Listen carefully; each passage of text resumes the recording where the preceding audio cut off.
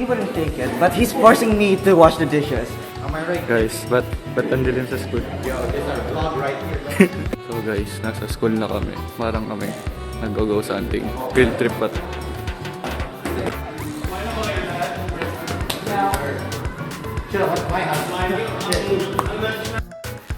Kamusta? Maligayang pagdating sa aking vlog. Habang naghihintay kami ng iba na aking kaklase, pumunta muna kami sa 7-Eleven upang bumili ng mga pagkain at inumin dahil magkakaroon kami ng outbound trip sa Pinto Art Museum at Artin Island.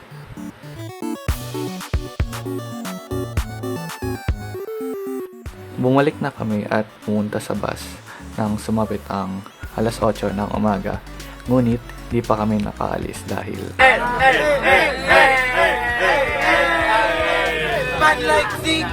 anyways, nagsimula na kaming bumiyahe papuntang Pinto Art Museum sa Antipolo.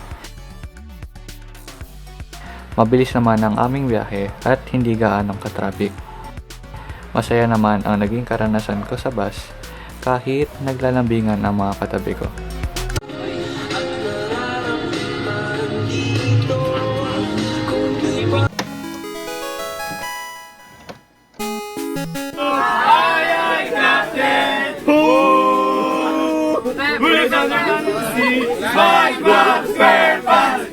So nagbablog na po sila.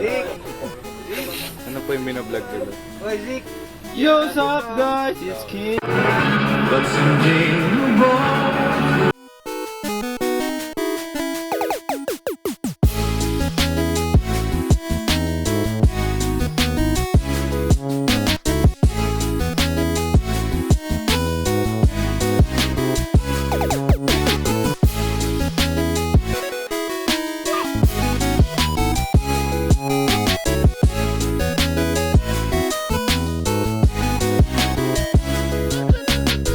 Nakarating na kami sa Pinto Art Museum at sinalubong kami ni Ginoong Andy Orencio. Siya ang aming naging tour guide dito sa Pinto Art Museum.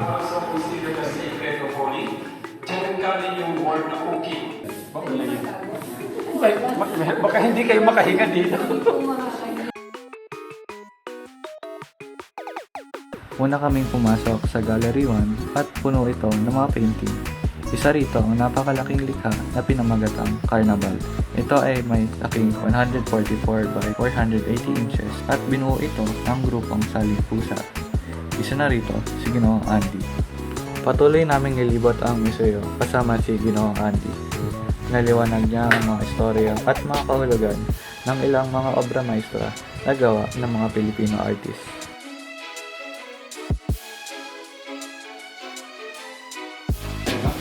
Merong pintas na gano'n. Next, actually, paper tip. Okay, it goes doon. Walang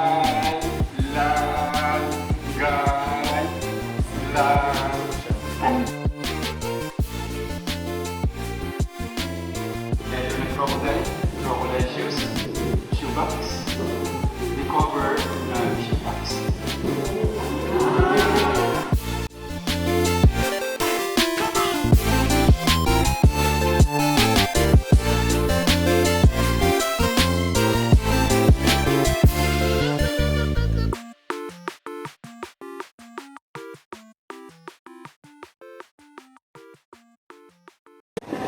So, tapos na yung tour guide namin. Nag-iikot-ikot na kami sa Pinto Art Museum.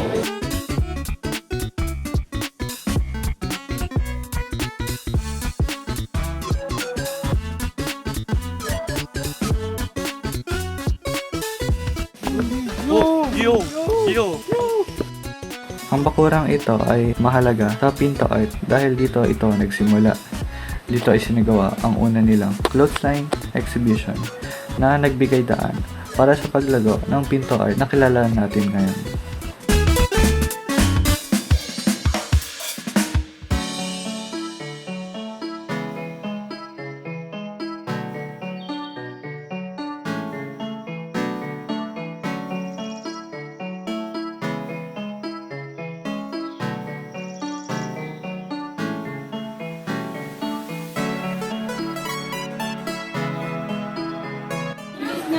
May souvenir. Magkano to?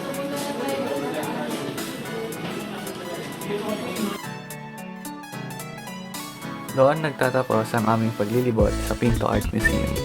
Nag-stopover muna kami saglit sa isang restaurant upang kumain muna ng aming tanghalian.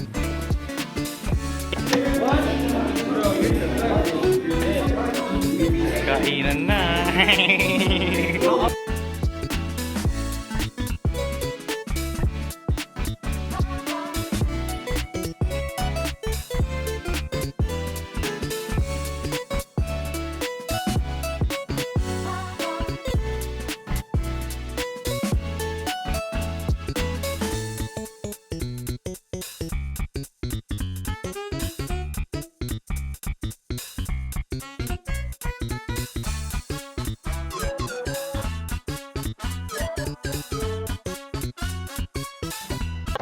Time check. 3:46.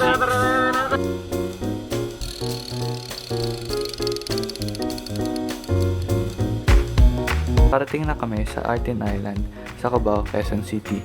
Pumila muna kami saglit upang kunin ang aming wristband at agad din kami pinapasok.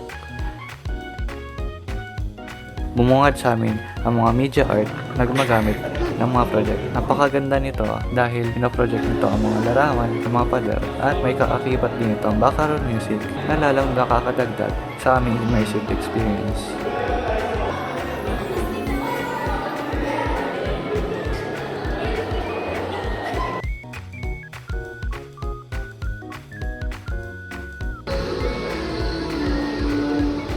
Guys, emergency. Nawawala ako, di ko sila maano. Saan na sila? Ayun! Ito naman ang highlight ng Artin Island, ang kanilang napakalaking media art display na may temang Colors of Christmas. May mga beanbag dito na pwede mong paghigaan upang makapagpahinga ka at mag-relax habang ikaw ay nanonood.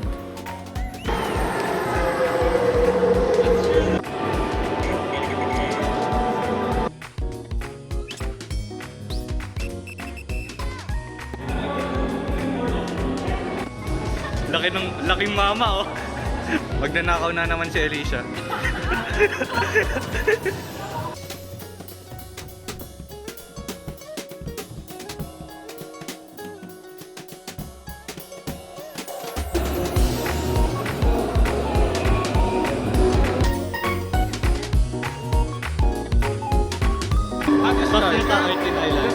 Malupit! You! Pasali TikTok! Kako. So ayun, wala pa si Kuya Ray. Pinaghihintay niya kami. Grabe ka na, Kuya Ray. Awitsa!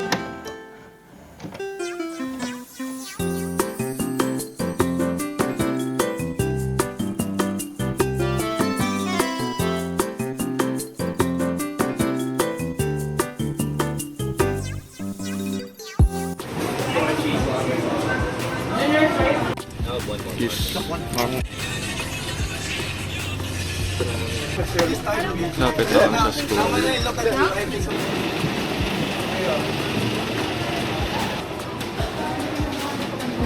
Bye. Bye guys. Bye guys. Hi Sir Rico. Nasaan niya grades ko? Bye guys. Bye. Bye vlog. Peace. I'm guy.